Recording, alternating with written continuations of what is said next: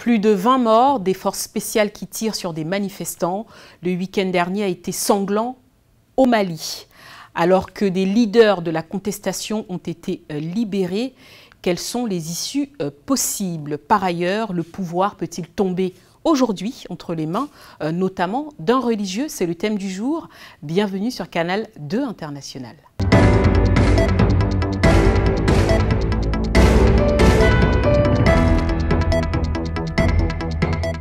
À Bamako, si la contestation s'est calmée, les images des manifestants en colère sont gravées dans les mémoires. Une contestation qui a conduit le pays dans un chaos. Après la destruction des lieux symboliques du pouvoir, le Mali traverse sa plus grosse crise. Élu depuis 2013, Ibrahim Boubacar Keïta est confronté à une alliance inédite entre les forces d'opposition et ses adversaires, le M5 RFP. Baptisé le mouvement du 5 juin, rassemblement des forces patriotiques, ce mouvement réclame la dissolution du Parlement malien, la formation d'un gouvernement de transition dont il désignerait le Premier ministre, ainsi que le remplacement des 9 membres de la Cour constitutionnelle accusés de collusion avec le pouvoir. La crise s'amplifie lorsque le 8 juillet, dans un discours télévisé, le chef de l'État a renouvelé sa confiance à son Premier ministre Boubou Cissé et refusé de demander la dissolution de l'Assemblée nationale. Le 10 juillet, date de la désobéissance civile lancée par le M5. Malgré le calme apparent aujourd'hui, la situation reste tendue. Des médiations pour aboutir à un dialogue ont pourtant été entamées par les chefs de l'État de l'Afrique de l'Ouest. Ceux-ci ne sont pas parvenus à faire accepter à l'opposition malienne leur plan pour sortir le pays de la crise. Un sommet extraordinaire de la CEDEAO est prévu ce lundi 23 juillet. Mali, après le chaos, quelles issues? Pour en débattre, je reçois 2 personnalités sur ce plateau. Je rappelle que cette émission est donc tournée et réalisée à Paris, en France. Je commence par vous, Madame Ramata Coulibaly. Je rappelle que vous êtes présidente du M5 RFP, ici en France. Bienvenue. Merci, c'est pas présidente, coordinatrice. Coordinatrice, d'accord. Et puis je reçois notre ami journaliste Thiambel. Je rappelle que vous êtes le directeur de publication du magazine La Voix du Mali. C'est bien cela. Très bien, bienvenue sur ce plateau. C'est moi.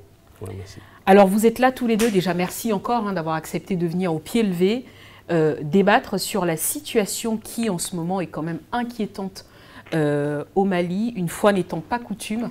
Je vais vous passer la parole à vous, Madame Coulibaly. Que peut-on dire en 2 phrases concernant le contexte politique au Mali?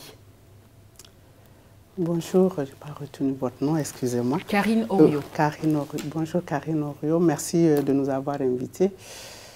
Alors, permettez-moi déjà que je m'incline, que nous nous inclinons devant la situation au Mali, surtout les jeunes qui ont perdu leur vie dans le mouvement pour tout simplement réclamer leurs droits, pour tout simplement demander une vie décente, si on peut leur réserver une minute de silence.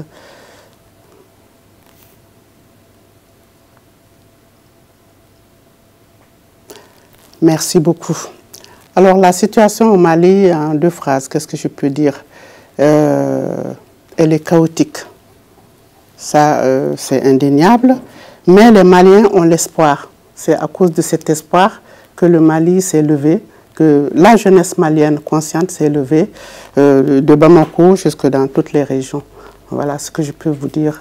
Thiambel, vous êtes journaliste, vous ne couvrez pas uniquement l'actualité politique du continent, mais également celle du Mali. Votre sentiment en toute objectivité sur la crise malienne en ce moment?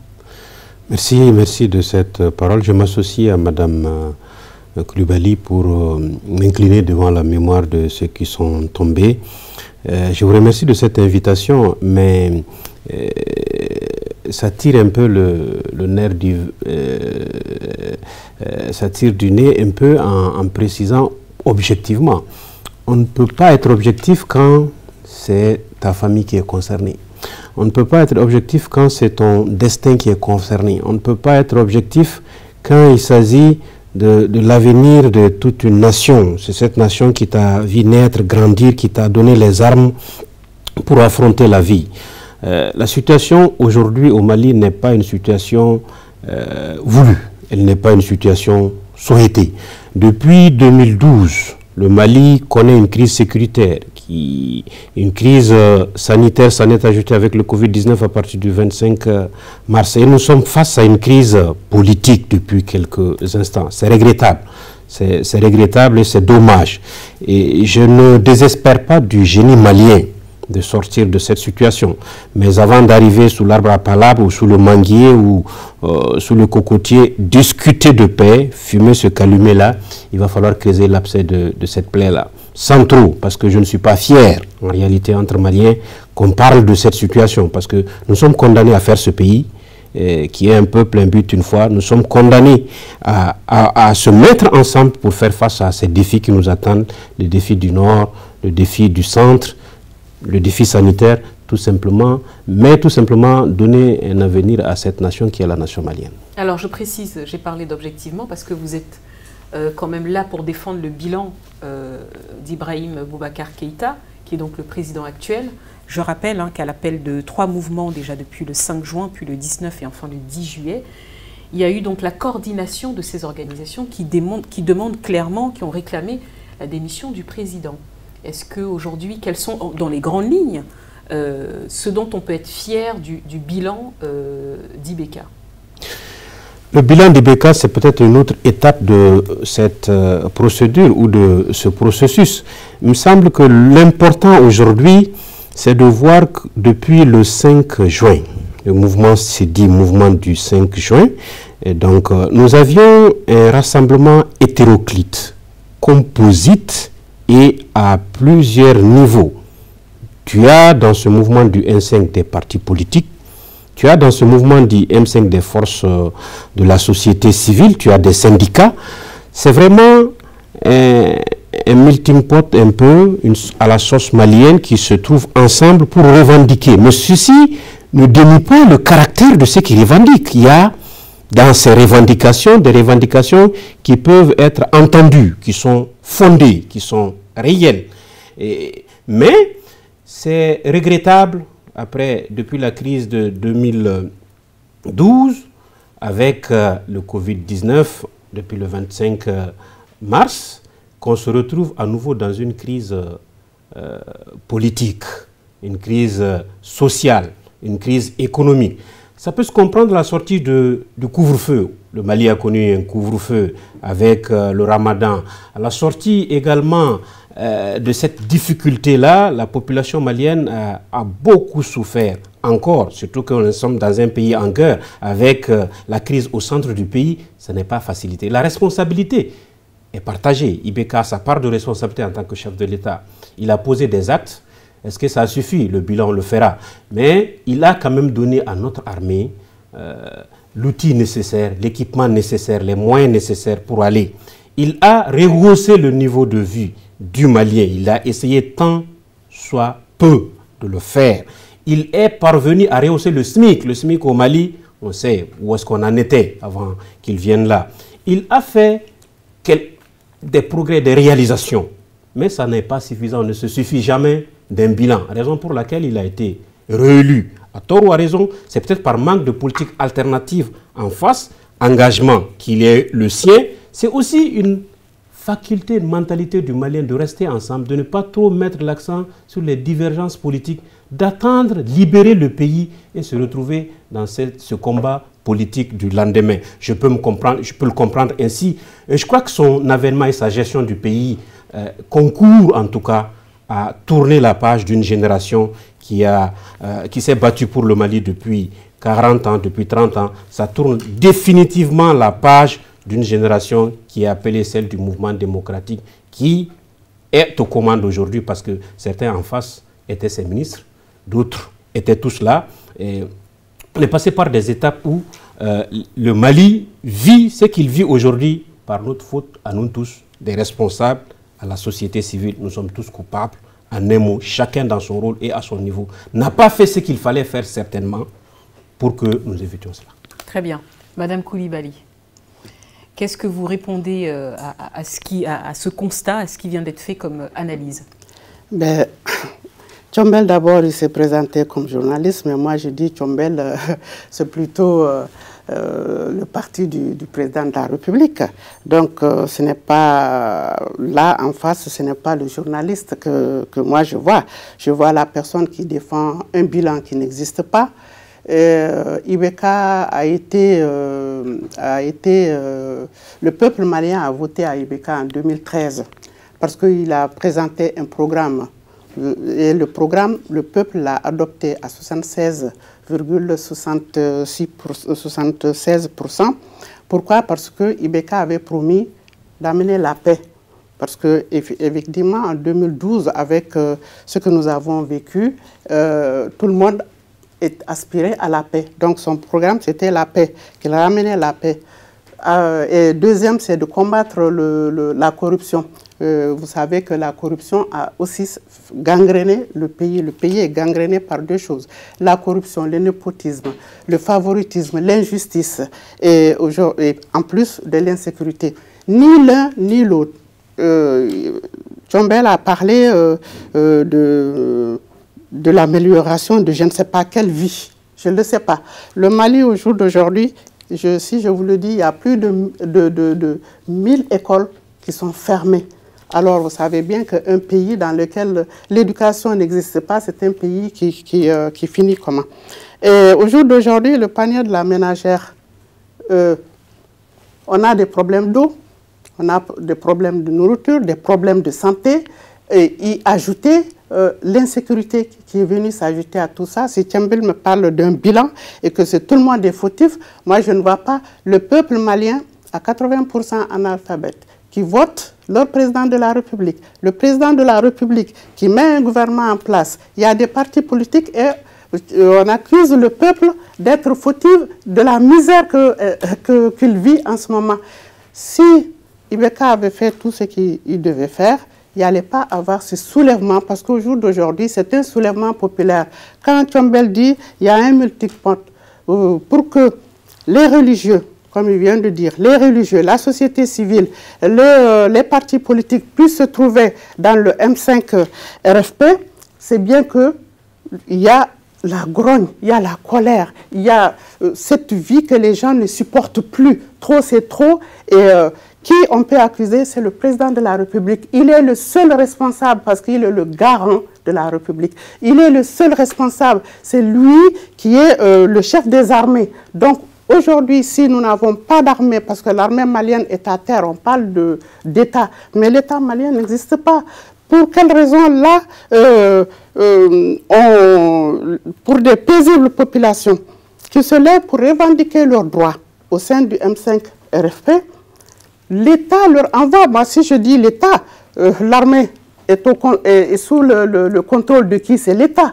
Qu'un État puisse envoyer l'armée, parce que les forçats, moi je dis c'est l'armée, c'est l'État qui les a formés, pour tirer sur leurs enfants, parce que ces enfants réclament tout simplement leurs droits. Et quel droit? Le droit à la vie. On leur ôte la vie.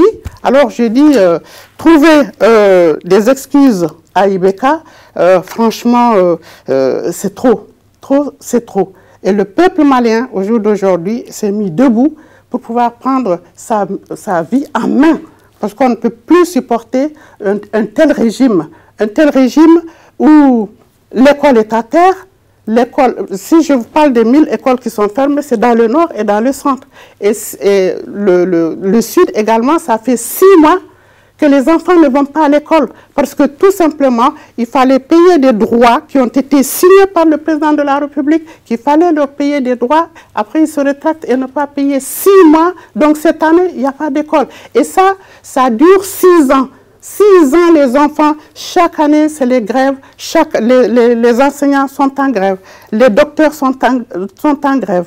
Qui n'est pas en grève? Les avocats sont en grève, tout le monde est en grève et on nous dit que ça va très bien. Alors, si ça n'allait pas, je ne sais pas, le Mali serait enterré, je crois. Voilà. Très bien.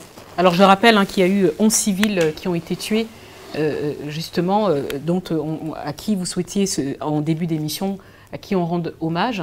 Votre réponse peut-être, effectivement, quand on voit l'état du pays sur le plan de l'éducation, sur le plan de la santé, sur le plan sécuritaire, il y a énormément d'alertes.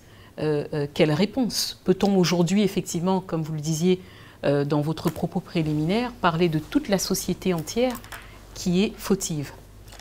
Oui, c'est une façon de parler, effectivement, mais si on entre dans le vif du sujet et qu'on prend secteur par secteur, je rappelais tantôt qu'il y a 1500 milliards de votés, une loi d'orientation et de programmation militaire pour équiper notre armée, reconstruire l'armée malienne depuis 2012, depuis l'avènement d'Ibeka en tout cas au pouvoir en 2013.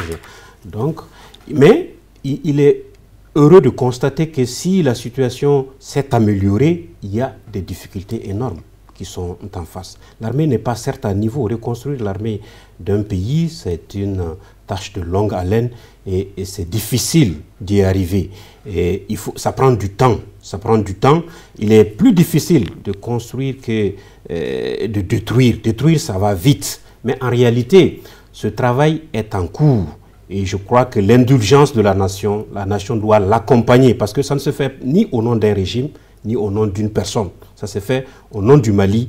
Et que ce soit Ibeka ou un autre régime qui viendra, je crois que cette tâche-là doit se poursuivre et se renforcer concrètement. Maintenant, on tire les leçons de voir sur la lumière de tout ce qui a été fait pendant, qui n'a pas été parfait, qui n'est pas allé au bout. Parlant de l'école maintenant, les problèmes de l'école malienne ne datent pas de l'avènement d'Ibeka. J'étais dans la rue en 91, j'ai essuyé les mêmes balles que ces jeunes sont en train de faire aujourd'hui. Mais je le faisais en son temps pour réclamer un état de droit, pour réclamer la démocratie qui les permet aujourd'hui de manifester. J'ai perdu des camarades qui sont peut-être oubliés aujourd'hui au carré des martyrs. Qui s'en souvient encore de ces camarades? Nous, à notre époque, on nous a été tiré sur nous, sur le cimetière. Comparaison n'est pas raison, j'en suis pas là. Tout compte fait. Cet incident, c'est mort. On doit situer les responsabilités. La première responsabilité incombe à l'État de diligenter une enquête indépendante. Là, je ne parle pas de langue de bois. Je crois que sur certains aspects, on ne peut pas tourner autour du pot. Il faut se parler en malien réellement comme on doit le faire. Il faut une enquête pour diligenter. Si les forces de l'ordre sont responsables, ils doivent être punis. Mais il y a cette autre responsabilité de ce mouvement qui a chauffé à bloc les manifestants, plus de milliers de personnes sur l'avenue de l'indépendance à Bamako le 5 juin. Ils les ont réchauffés à bloc le 10 juin, le 19 juin. Ils les ont réchauffés à bloc le 10 juillet, et cette fois-ci avec un mot d'ordre de désobéissance civile, d'aller occuper les lieux stratégiques, emblématiques de l'État, l'Assemblée nationale, la radio nationale, la primature, casser les domiciles des responsables, des représentants de l'État. Nous sommes dans quel pays? La République, c'est des valeurs. La République, ce n'est pas la vision du jour. La République, c'est la Constitution. Le respect de la laïcité, c'est la force de la République. Le respect du bien public, c'est les forces de la République. Le respect de l'autre. Aujourd'hui, au Mali, on ne peut même pas parler. On n'a pas le droit de penser autrement. On ne peut rien dire. C'est une minorité qui prend la majorité des Maliens en otage et qui n'accepte aucune contradiction, qui ne veut pas entendre. Et quand on exerce la force de l'État là-dedans, ce n'est pas encore prouvé, et l'État a ce droit d'exiger de la force. Je suis un des partisans qu'on restaure l'autorité de l'État. On ne peut pas continuer. Il y a parmi, surtout qu'aujourd'hui, le Mali fait face à la lutte contre le terrorisme et c'est un danger qui gangrène toute la sous-région. On ne peut pas se permettre de céder. Le Mali n'a pas le droit d'aller à l'échec. Le Mali n'a pas le droit de sombrer. Le Mali ne peut pas sombrer. L'Afrique ne va pas laisser le Mali sombrer. Les pays du Tchad ne vont pas laisser le Mali sombrer. Les enfants qui sont tombés, les enfants africains, les enfants des pays amis du Mali qui sont tombés sur le sol malien ne vont pas laisser le Mali sombrer. Et les enfants maliens qui sont tombés en défendant la patrie, l'armée malienne perd tous les jours des hommes, ne laisseront pas le Mali sombrer. Très bien. Madame Coulibaly, alors je rappelle quand même qu'il y a eu dans les manifestations, les leaders ont été interpellés et puis libérés récemment. Et puis enfin, quand vous évoquez le terrorisme, c'est parce qu'on voit effectivement qu'au Mali, il y a l'imam Mahmoud Dicko qui ne cesse de prendre la place, mais on va y revenir peut-être en fin d'émission. Je vous laisse d'abord réagir sur ce qui vient de dire. Tchombel parle d'une minorité qui a pris le Mali en otage. Mais depuis 7 ans qu'il a pris le Mali en otage, c'est Ibeka et sa famille qui ont pris le Mali en otage. Qui a vandalisé le Mali? C'est Ibeka et sa famille et son système qui ont vandalisé le Mali. Vandaliser, casser, je ne suis pas pour la violence, aller casser, mais je dis casser l'Assemblée nationale à côté du président de la République et de sa famille qui ont cassé le Mali depuis 7 ans. Je pense que là-dessus, il n'y a pas photo. Tout simplement. Il nous parle de 1500 milliards de la loi d'orientation. Qu'est-ce que c'est devenu ces 1500 milliards? Nos soldats sont là-bas, ils n'ont pas de matériel, ils n'ont pas la formation. Et si vous voyez, c'est presque toutes les semaines que nos soldats sont tués par paquet, si je peux dire. C'est toutes les semaines qu'on entend que des soldats ont été 32, 40, jusqu'à 99 soldats qui meurent. Vous pensez que les soldats, c'est de gaieté de cœur qu'ils vont se laisser tuer par les terroristes? Non, parce que tout simplement, ils sont là, c'est des soldats qui sont là, qui n'ont aucun moyen, ils sont cantonnés, et même de l'eau. Quand on prend des soldats, on leur crée des camps militaires. Et vous mettez des soldats dans un camp militaire, il n'y a pas d'eau, ils n'ont pas les premières nécessités, ils ne les ont pas. À chaque fois qu'ils se font piéger, qu'ils se font tuer, c'est parce qu'ils sortaient pour aller chercher de l'eau. Et Tchambel me parle des 1500 milliards. Les 1500 milliards, on nous a dit qu'on a acheté des avions. Et les avions, ce n'est pas, je ne les invente pas, ça n'a pas été dit dans les médias. C'est le fils du président de la République qui a dit lui-même que l'achat de ces avions, le Mali a été floué. Après son père qui l'avait dit dans Jeune Afrique, comme quoi effectivement les avions ont été achetés pour l'armée, pour défendre le Mali, mais seulement quelque part il y a eu dans l'achat le Mali qui a été floué. Comment un État comme le Mali en guerre va acheter du matériel et on se fait flouer et l'argent a disparu? Ça, ce n'est que les avions. On peut parler aussi des blindés qu'ils nous ont dit avoir commandé des blindés au Qatar. Le Qatar, en ce que je sache, ne fabrique pas des blindés, mais en tout cas, passons, que ce soit acheté ou que ce soit, mais au moins que ces chars, ces blindés soient opérationnels. Et non, ce sont des blindés en carton, moins de petits trucs, les blindés, voilà, les soldats se font tuer dans ces mêmes blindés. Donc dire que c'est une minorité qui a fait un soulèvement, qui a obligé ce soulèvement populaire, alors là, je pense vraiment que Tchambel, tu y vas très fort. Parce que le Mali, tout le monde connaît le Mali, que les Maliens sont très, très passifs. Les Maliens sont très patients pour que les Maliens sortent 3 fois. Des milliers et des milliers, tout le monde a vu les photos à la télé, tout le monde les a vues, pour que les Maliens puissent sortir. On ne peut pas minimiser ce genre de révolte. Non, je suis désolée, ça c'est vraiment craché sur le peuple malien qui veut vraiment, là, que les choses s'améliorent au Mali, qui veut prendre leur destin en main. Le président de la République, si on parle de ce qu'il a fait, mais moi je voudrais savoir, comme Tchambel vient de le dire, vraiment concrètement, qu'est-ce qu'il a pu faire si ce n'est agrandir la misère? À Bamako, au jour d'aujourd'hui, tu ne peux même pas circuler, il y a des tas d'ordures partout. Les hôpitaux sont dissuadés, les gens préfèrent se soigner chez eux que d'aller dans les hôpitaux. 7 ans, on ne va pas dire le Mali, c'est un grand pays, c'est un pays riche. On est premier producteur de coton, 3e producteur d'or. Sans compter tous les jours, c'est de l'or qui est découvert dans le nord. Ça ne fait pas très longtemps qu'il y a de l'or qui est découvert. Et le Mali peut tomber à ce point. Ça veut dire qu'il y a un problème de gouvernance. Il nous parle d'un problème politique. Ok, il y a un problème politique. Mais il y a aussi ce problème de mauvaise gouvernance. C'est la malgouvernance qui a amené le Mali là où il est. Quand on voit que les ministres se promènent, ils sont du 1er 31, même s'ils ont mal à la tête, ils sont en France, ils sont au Canada pour se soigner, et vous voyez la pauvre population qui n'ont même pas un seul centre de soins potable. On dit quoi? Et quand on voit les enfants du président de la République qui vont faire la fête à Ibiza en claquant je ne sais pas combien, en plus, ce n'est pas n'importe qui, c'est le président de la commission de défense qui se permet d'aller faire, voilà, dilapider l'argent de l'État, sans compter tout le reste, qui font leur anniversaire en faisant venir des orchestres, je ne sais pas, du Congo et tout, sous le nez de 90, on peut dire 95% de la population qui vit sous le seuil de pauvreté. Dans le centre, il y a eu des affrontements ethniques qui a fait que la population s'est déplacée pour venir à Bamako. Est-ce que vous savez que cette population vit sur les tas d'ordures? Pendant ce temps, le fils du président de la République va claquer des millions pour s'amuser. Parce que c'est son anniversaire, il va s'amuser. Et il y a des milliers de personnes qui n'ont pas à manger, ils n'ont pas d'eau, ils n'ont pas de soins. Les enfants ne vont pas à l'école. Qui va à l'école aujourd'hui? C'est que les enfants de 5%.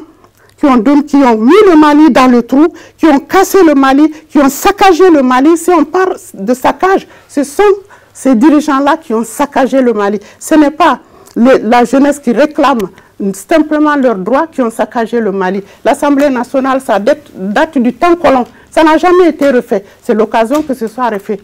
Très bien. Alors, Thiambel, c'est quand même aussi important que l'on revienne sur les issues. Qu'est-ce que vous proposez?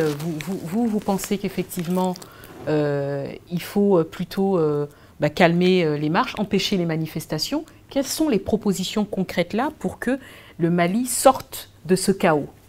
Oui, je vous remercie. Je pense que, avant de répondre à cette question, j'aimerais rebondir. Bien sûr, allez-y, je vous en prie. Sur les interrogations de Mme Coulibaly. Il faut reconnaître aujourd'hui, la crise nous a conduit vers une situation d'impasse. Nous sommes un pays en guerre et nous venons d'enregistrer la démission du président de la commission de défense de l'Assemblée nationale. Ce n'est pas son patronyme qui m'intéresse, parce qu'il est fils du président que tu n'as pas droit de vivre. Et être fils du président n'enlève pas en nous des envies de vivre. C'est pas pour ça qu'il faut dilapider l'argent de l'État. Envie de vivre, c'est dans sa poche. Ce n'est pas l'argent de l'État qu'il faut aller prendre et dilapider. Un centime de l'État n'a pas été C'est pas vrai. Ce n'est pas vrai. C'était un concessionnaire de véhicules. Un concessionnaire de véhicules ne peut pas se permettre d'aller louer un yacht pendant combien de semaines, pendant une semaine, à combien de millions? Il vient nous dire que ce n'est pas l'argent du contribuable. C'est l'argent de qui? Ce n'est pas son denier personnel. Même si ce sont des deniers personnels, la décence, tu viens de dire que nous sommes un pays en guerre. Oui. Même si c'est son argent, la décence et le respect pour le peuple malien si je peux me permettre de répondre, voilà, il devait se retenir. Franchement, je pense quand même que franchement, la politique a des limites. S'il faut taper au bas de la ceinture, aller fouiller dans la vie privée d'un homme. Nous avons tous des vies privées. Ce n'est pas au bas de la ceinture. Moi, je ne le considère pas. Aujourd'hui, il n'est plus président de la commission de défense. C'est par votre faute. C'est par votre faute. S'il arrive quelque chose au Mali, vous en êtes entièrement responsable. Parce qu'il faut quand même savoir ce qu'on veut. Ce n'est même pas sa tête que l'on veut. C'est le président de la République qui va démissionner, il va partir, il va laisser le Mali pour que les Maliens puissent diriger le Mali. Les Maliens ont droit. Nous sommes tous des Maliens, mais au jour d'aujourd'hui, c'est la majorité des Maliens qui sont dans la misère. Et c'est cette misère qui a fait que... La misère n'a pas commencé sur le président Ibeka. Ben oui, il faut bien... Sachons raison garder quand même que nous sommes responsables de notre destin. C'est lui qui l'a amplifié. Si on prend tout ce qu'il a fait, nous prenons tout, je vais tout simplement dire, même l'insécurité, c'est sous Ibeka que cette insécurité a atteint son paroxysme. C'est votre opinion, je la respecte, mais je ne suis pas d'accord avec cette opinion. Absolument, parce que lorsque Ibeka est venu au pouvoir, nous vivons la même réalité. Encore sous domination malienne. Ce n'est pas de la passion, c'est la réalité. C'est la réalité. Non, c'est la réalité. C'est la réalité. Tu veux défendre. Ok, tu défends, mais moi je dis ce qui est vrai. Je donne mon point de vue. Je suis malien, j'ai le droit de ne pas être d'accord avec vous. Vous me reconnaissez ça, il faut l'accepter, c'est le minimum. La démocratie, je me suis battu pour ça. Je ne vais pas résigner ça. Je ne suis pas d'accord. Pour la démocratie, sauf que la démocratie ne peut pas fonctionner que pour le président et sa famille. Parce que là, le peuple, sa démocratie a été escamotée. Donc, au jour d'aujourd'hui, nous vivons une démocratie rien que pour le président de la République et sa famille. J'entends bien cela, Madame Coulibaly. J'entends cette colère, j'entends ce cri de cœur d'une femme que vous êtes, d'une maman que vous êtes.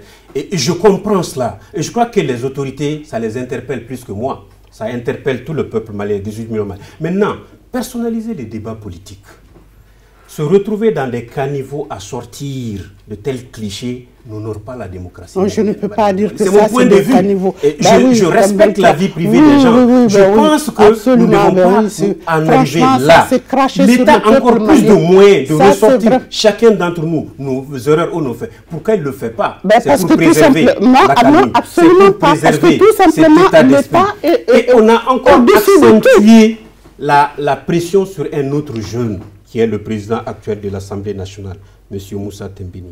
Je vous mets au défi, quiconque, de prouver que ce jeune-là est mêlé à quoi que ce soit. Et pourtant, depuis 30 ans, il occupe la scène politique malienne.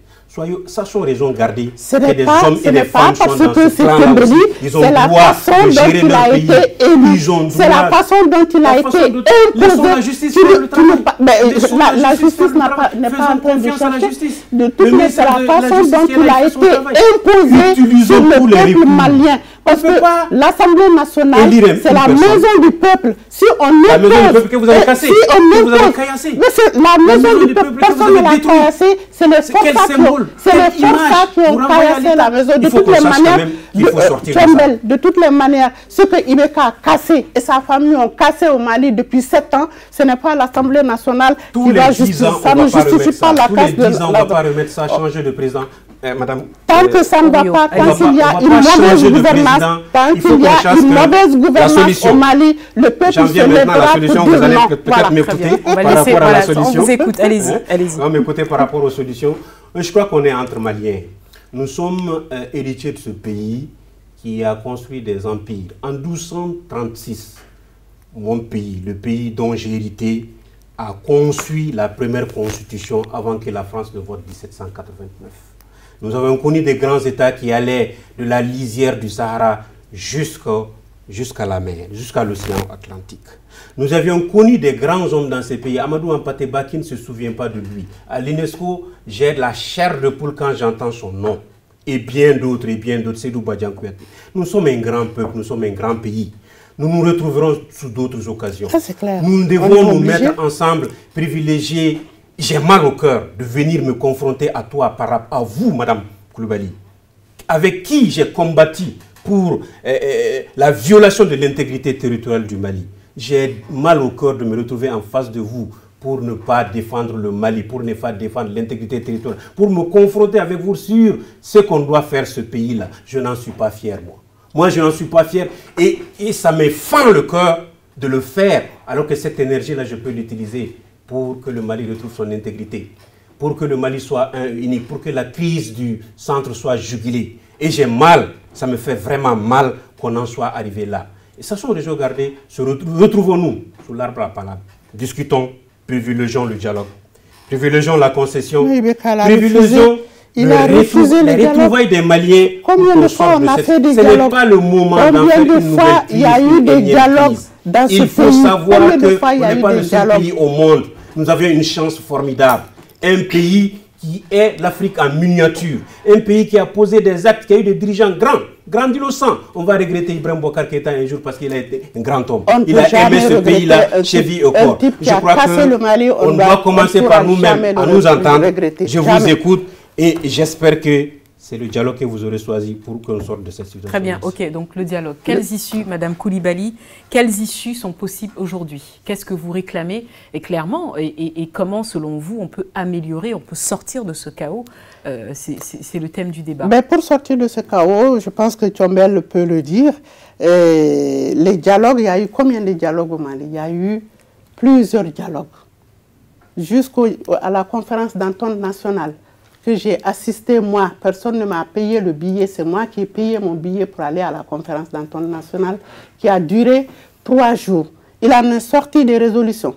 Les résolutions ont été transformées en chartes. Jusqu'à demain, c'est dans les tiroirs. Ça veut dire que le dialogue, les Maliens ont dialogué avec le président actuel, avec Ibeka.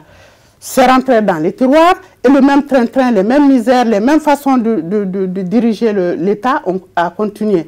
Après, lorsqu'il a vu qu'il était acculé, il faut un dialogue social. National inclusif. Je peux vous aider. Merci, mais bon, de toutes les manières, je viendrai. Et ce dialogue-là a été mis en place depuis les cercles les régions, jusqu'à finaliser dans les consulats partout. Et les gens ont adhéré à ce dialogue. J'ai assisté également, bien que sachant pertinemment que ça va encore être pareil, escamoté, ce qui sort de ce dialogue ne va jamais être appliqué, mais quand même nous avons participé pour dire qu'il faut que nous les Maliens qu'on s'asseye pour parler, parce que de toutes les manières, même si on se prend des fusils, on finira toujours par la table, sous l'arbre à palabres pour parler. Et donc, on l'a fait. Et ce dialogue-là, qu'est-ce qui est sorti dedans? La première des choses qu'il a mis sur la table, alors qu'il en est sorti beaucoup de résolutions, mais la première des choses, c'était d'organiser les élections législatives. Et ces élections législatives, Tchombel ne le dit pas, c'est ça qui a amené la grogne, qui a fait, la goutte d'eau qui a fait déborder le vase. C'était ces élections législatives qui ont été complètement ratées avec des bourrages d'urnes, avec en finalité la Cour constitutionnelle qui devait trancher, qui devait être juste, qui devait vraiment faire en sorte que ça se passe bien. Bien, c'est la Cour constitutionnelle qui a encore tout gâché, qui a encore fait tout le fiasco. Donc vous ne croyez plus du tout au dialogue? Donc du coup, ce dialogue, en tout cas avec Ibeka, aujourd'hui, et même à l'intérieur de ça, le dialogue a continué parce que après le 5 juin, après le 19 juin et le 10 juin, mais le M5 RFP a proposé un mémorandum au président de la République. Tout le monde a intervenu. Les gens ont intervenu, donc ça a été entendu et ça lui a été proposé un mémorandum. Et ce mémorandum, il a balancé par le revers de la main. Et ce mémorandum proposait une sortie de crise honorable pour lui et une sortie de crise qui permettait au peuple également d'être satisfait et de pouvoir gérer ce pays avec tout le monde. Il l'a balancé du revers de la main. Et ce n'est que maintenant où tout c'est l'épreuve de force qu'il a forcé à dissoudre la Cour constitutionnelle et la Cour merci Tchombel, merci, à dissoudre la Cour constitutionnelle et également à contraindre son fils à démissionner bien sûr, il ne peut pas démissionner tout ça. De toutes les manières, ce n'est pas ce que nous cherchons. Nous, là, présentement, le peuple malien demande le départ de Ibeka. Voilà. Très bien. Alors, une question pour faire avancer le débat quand même. Est-ce que vous pensez aujourd'hui que le pouvoir va tomber entre les mains des religieux? On a vu une personnalité un peu sortir du lot, en tout cas pour les autres Africains. C'est donc l'imam dont je parlais tout à l'heure, l'imam Dicko. Est-ce que vous pensez que demain, le Mali peut, en tout cas, les personnes peuvent voter pour l'imam s'il se présente? J'ai confiance au génie malien. J'ai confiance aux citoyens maliens, à l'homme malien. Ma position personnelle est la position défendable et la laïcité de l'État, l'intransigeance sur le respect de la Constitution du Mali, cette Constitution qui a été acquise de haute lutte où nous avons payé, nos camarades ont payé de leur vie pour que le Mali soit démocrate et pour qu'il y ait un État laïque, indépendant et démocratique. Mais cependant, je me pose des questions qu'un imam qui a été président du Haut Conseil pendant 10 ans, qui a été médiateur au centre dans la crise, qui est l'interlocuteur d'Amadou Koufa, qui a été formé en Arabie Saoudite, qui a été pendant 40 ans, 30, 25 ans à peu près, président, secrétaire général de l'AMUPI, qui dirige la prière selon lui pendant 40 ans, met son turban, se met devant un peuple, instrumentalise les revendications. Vous oubliez de préciser qu'il a quand même été un des grands soutiens d'Ibeka. Ah, je le précise, je ne mets pas ça. Très bien. Il a été celui qui a accompagné le président Ibeka en 2013, que je désapprouve d'ailleurs. Il a voté pour lui. Et ce n'est pas parce que c'est le même homme qui a accompagné, il n'est pas pour aujourd'hui. Et pourtant, Ibeka s'est fait réélire en 2018 contre son gré et contre lui, contre eux. Mais en tout cas, je me pose cette question et je prends peur. Et je reprouve cette attitude du mélange du genre que des hommes qui s'occupent de la religion qui est un domaine privé, des imams, sortent de leur giron pour se mettre devant des hommes, haranguer des foules. Il n'était pas le 10 juillet, je le rappelais. Il était à toutes les grandes manifestations, mais le 10 juillet n'était pas parce qu'il était question de désobéissance civile. Il y a une part de responsabilité. Le Mali ne sera jamais une république islamique. Et si nous devons aussi nous battre pour cela, nous allons payer de cela. S'il faut mourir pour ça, je mourrai pour que le Mali ne soit pas une république islamique. Et le Mali ne sera jamais une république islamique. Je crois que Mme Coulibaly est laïque, elle est républicaine, et on se rejoindra sur ce plan-là, et je laisse cette réserve-là demain pour se battre pour que le Mali ne soit pas une république islamique. Mme Coulibaly. Alors, pour répondre à Tchombel, tu n'auras pas à te battre, parce que la République du Mali restera laïque, démocratique, laïque. Comme nous nous sommes toujours battus pour ça, et l'imam Dicko l'a répété plusieurs fois, l'imam Dicko a répété plusieurs fois que lui, il ne cherche pas le pouvoir, il ne cherche rien que le bonheur du peuple. Comme vous l'avez souligné, Tchombel allait passer là-dessus, c'est l'imam Dicko qui a demandé à ce que le peuple, qui a montré au peuple malien en 2013 comme quoi ils peuvent avoir confiance à Ibeka. Et combien de fois l'imam Dicko fait partie des personnalités du Mali qui n'a jamais mâché ses mots. Encore, si vous regardez sur YouTube, vous allez entendre ces paroles à chaque fois qu'il est reçu à Koulouba, à chaque fois devant tout le monde, quel que soit le président depuis ATT qui est là, il leur dit, voilà la souffrance du peuple, faites attention du peuple. Il l'a toujours dit lorsqu'il était l'Amubig, tout le temps il est encore imam, mais il l'a toujours crié haut et fort. Au jour d'aujourd'hui, il a soutenu quelqu'un en disant votez pour lui, il va sauver le pays. Comme je vous l'ai dit, tout le monde a eu confiance en Ibeka en se disant que c'est l'homme fort, c'est l'homme qui va rétablir la paix au Mali. Et au jour d'aujourd'hui, on voit que ce n'est pas l'homme qui a rétabli la paix. Il y a les 2/3 du Mali qui sont entre les mains des djihadistes ou de n'importe qui. Les 2/3 du Mali ne sont pas sous le contrôle de l'État malien.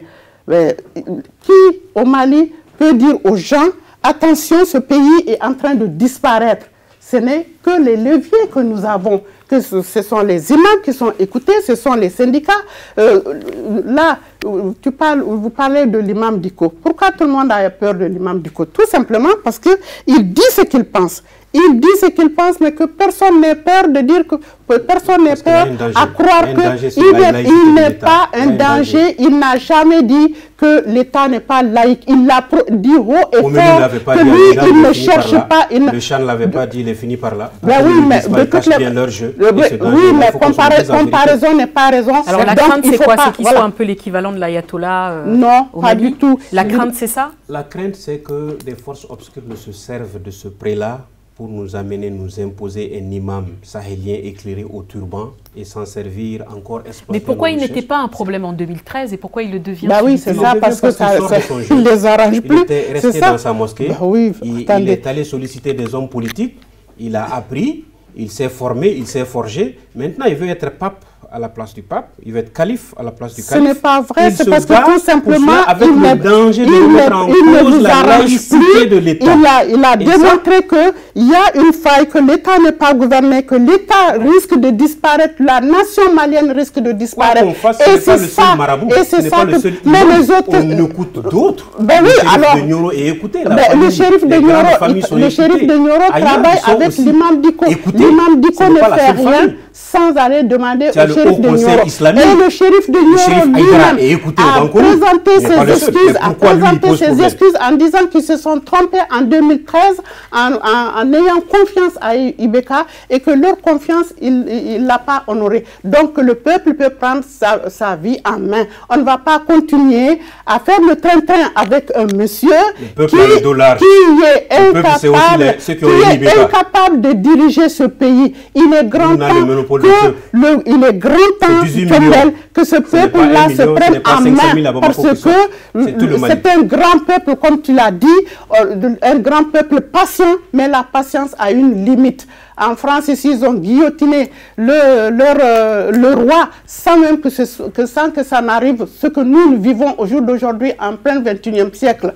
Voilà. Il y a des villages qui sont décimés, des villages qui sont brûlés. Il y a le panier de la ménagère qui n'est pas complet. Au nord, au jour d'aujourd'hui, les villages disparaissent. Leurs troupeaux de moutons, leurs troupeaux de bœufs, toutes leurs cheptels, il y a des voyous, des bandits, des djihadistes qui viennent, qui les prennent 500, 600, 700.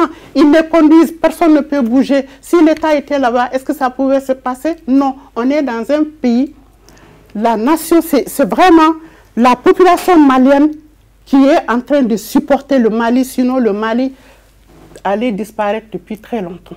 Voilà. Très bien. Alors je vous propose que l'on marque une petite pause avant de conclure ce débat fort intéressant et on l'espère qu'effectivement il y aura une issue favorable. Alors une petite pause, je ne sais pas si vous avez connu, si je vous dis les Marvelas du Mali. Est-ce que ça vous dit quelque chose? Avec Bonkana Maïga. Oui. Oui. Très bien. Si, voilà. Écoutez, en septembre va sortir donc un documentaire qui retrace l'histoire de ces fils maliens qui sont allés à Cuba. Oui. Je vous propose de regarder un extrait du film et ensuite on revient pour conclure. Je m'appelle Richard Minier. Je suis producteur de musique. En 1999, j'ai parcouru le Mali. Et c'est comme ça que pour la première fois j'ai vu Draman. Il avait quelque chose à me montrer. Ce fut la première fois que Draman me parla du groupe. Las Maravillas de Mali. C'était fait à Cuba. À Cuba, ça? À Cuba. C'est le seul groupe qui soit envoyé à l'extérieur pour apprendre la musique. Fidel, il est venu vous voir. Il est venu comme ça vers 2h du matin. En fait, c'est le Tché qui a fait l'interprète. Qui a fait l'interprète. Ah ouais, ouais, nous. Et là, le premier groupe africain, afro-cubain, était né. Et ce groupe d'étudiants maliens devient tout d'un coup l'emblème des relations entre Cuba et l'Afrique. J'avais beaucoup de cheveux, mais les cheveux ont fait comme ça. Ça a été une explosion dans le monde, et particulièrement en Afrique. Au revoir. Je n'avais plus qu'une idée en tête, celle de tous les réunir pour les faire rejouer ensemble.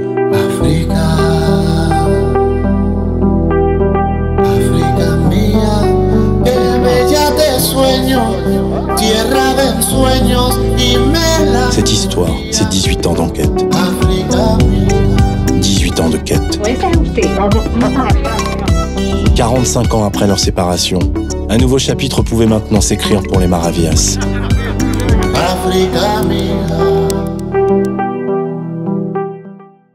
Alors voilà, l'extrait que vous venez de voir est un documentaire de Richard Minier. Alors je propose de conclure ce débat sur la situation au Mali qui concerne bien évidemment les Maliens mais tous les Africains. Qu'est-ce qu'on peut dire en conclusion, Madame Coulibaly? Qu'est-ce qu'on peut souhaiter? Est-ce que éventuellement vous reviendrez sur la position de dialoguer éventuellement avec IBK? Qu'est-ce qu'on peut souhaiter là au Mali? Ce qu'on peut souhaiter au Mali au jour d'aujourd'hui, c'est que tous les enfants du Mali se retrouvent.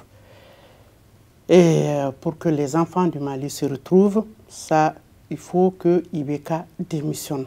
Qu'il démissionne et qu'il évite un bain de sang à ce peuple-là, ce vaillant peuple, ce peuple courageux, ce peuple qui aime foncièrement le Mali, ce peuple qui est frère, sœur, mère, enfant.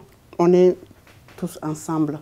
Donc, il faut que IBK, en un certain moment, accepte qu'il ne peut plus diriger. Il a failli, quand on tire sur son peuple, ce président a failli. Moi qui suis là, je ne l'ai jamais dit, peut-être que Tchombel lui-même ne le sait pas. Les jeunes de Gao, je suis de Gao du Nord, les jeunes de Gao avaient organisé une marche justement pour réclamer leurs droits. Et en tant que Sonrail, nous avons organisé du Ghana, de la France, un peu partout dans le monde pour aller les soutenir. Nous sommes juste allés soutenir les jeunes de Gao qui, tout le monde sait, au moment de l'occupation, eux, ils ont prôné le drapeau du Mali très haut, ils sont morts, ils avaient quoi, des frondes pour pouvoir affronter les djihadistes. Cette jeunesse-là, lorsqu'on est allé les soutenir, je vous le dis, d'ailleurs c'est l'anniversaire, c'était le 12 juillet 2017, et là, le 11 juillet, la même chose s'est répétée, parce qu'on était en pleine manifestation, tout Gao était sorti, et c'est les autorités maliennes qui ont donné l'ordre aux militaires de tirer sur nous. On se disait non, ce n'était pas des balles réelles. Et à côté, après je leur dis non, c'est des balles réelles. Et c'était des balles réelles parce que sous mes pieds, 3 enfants sont tombés et 45 enfants blessés. Moi-même, je ne sais pas pourquoi je ne suis pas morte. Et ce jour-là, lorsque j'ai vu les enfants tomber, j'ai pleuré, j'ai dit, c'était moi qui devais mourir. C'était pas cette jeunesse-là. Et ça, je le dis partout, haut et fort. Si au jour d'aujourd'hui, je vois la même scène se répéter, une scène que j'ai vécue le 12 juillet 2017, et qu'aujourd'hui, je le vois sur les télés, j'ai des neveux, j'ai des nièces qui sont blessées là-dedans, qui sont morts là-dedans, je vois la même scène, je dis que j'ai mal à mon Mali, j'ai mal à mon armée, j'ai mal à ma République. La République que Tchombel réclame, cette République-là, ce n'est pas l'armée malienne qui tire sur ses enfants. Pour ça, je dis non. On peut tout faire, il peut y avoir tout, mais qu'un président de la République ordonne qu'on tire sur ses enfants, les enfants que l'armée doit protéger, je dis, le sommet, c'est le paroxysme, c'est le sommet des sommets dans la médiocrité et dans l'incapacité de diriger ce pays-là. Donc nous demandons que Ibeka démissionne à l'amiable. Il n'a qu'à démissionner. Et il y a des hommes capables au Mali. Quand on nous dit si Ibeka démissionne, qui va diriger le Mali? Mais si Ibeka meurt, qui va diriger aussi le Mali? Il y a des hommes capables au Mali. Au jour d'aujourd'hui, tous ces hommes qui sont dans le M5 RFP au Mali, ce sont des intellectuels, ce sont des politiques, ce sont des religieux, ce sont tout simplement la société civile qui en a marre, qui dit ça suffit, il faut la résignation, on ne se résigne plus. Pour un homme, on ne va pas laisser 19 millions de Maliens mourir dans la misère, ou bien la jeunesse qui vient mourir dans la mer ou traverser le désert pour venir mourir juste pour un seul homme qui est incapable de diriger notre grand Mali. Donc nous lui demandons, pour rendre l'espoir de cette jeunesse, l'espoir aux Maliens, pour permettre au Mali de vivre, d'atteindre la grandeur que Tchombel décrivait tout à l'heure, il faut que Ibeka démissionne. Voilà, tout ce que nous lui demandons. Très bien. Tchombel. Bon, je ne peux que me joindre à Mme Coulibaly encore une fois de plus. Ah, donc vous êtes d'accord avec elle? Des victimes et désapprouver cela. Demander à ce que l'État fasse tout pour tirer au clair dans quelles conditions ces gens sont tombés, ces Maliens sont tombés. Tirer au clair pour tous ceux qui sont tombés et traduire devant la justice ceux qui sont responsables de cette situation. Au-delà de ce fait, je crois que le président de la République, Ibrahim Boubacar Keïta, un homme de sagesse, un homme de dialogue, un homme d'ouverture, a mis son second mandat sous le signe de la jeunesse. Il a responsabilisé les jeunes. Et je suis heureux que des jeunes tirent des leçons de cela. Ce n'est pas parce qu'il est son fils. Karim Keïta a eu la décence de se décharger de cette responsabilité. Encore une fois de plus, j'interpelle le M5. La désobéissance civile n'est pas un projet politique. Casser, brûler le pays ne peut pas faire avancer un pays, ne règle pas les problèmes. Et je les appelle à la retenue, au calme, au dialogue. J'ose espérer que la sagesse et la région vont prévaloir, que le génie malien se retrouvera autour d'une table, autour du Maya qui est notre concept de retrouvailles, et que l'Afrique nous aidera. L'un des rares pays qui a inscrit dans sa constitution prête à renoncer à son intégrité territoriale pour l'Union africaine, pour l'unité africaine. J'ose espérer que le Mali, aujourd'hui, fait souffrir toute l'Afrique et l'Afrique a mal en son cœur du Mali. Et que nous allons nous ressaisir tous, avec nos frères africains, nous retrouver et pour que le Mali puisse sortir de cette situation. Je commence par elle. En lui présentant toutes mes excuses, c'est une maman, une mère. Et quand je vois une femme souffrir de la sorte, ça ne peut pas me laisser indifférent. Très bien. Merci beaucoup à tous les deux. Évidemment, on va continuer à suivre cette actualité malienne. Merci beaucoup à toute l'équipe qui m'a aidé à préparer cette émission, à la réalisation. Merci à vous, chers téléspectateurs et téléspectatrices. Je vous dis rendez-vous la semaine prochaine à la même heure sur la même chaîne.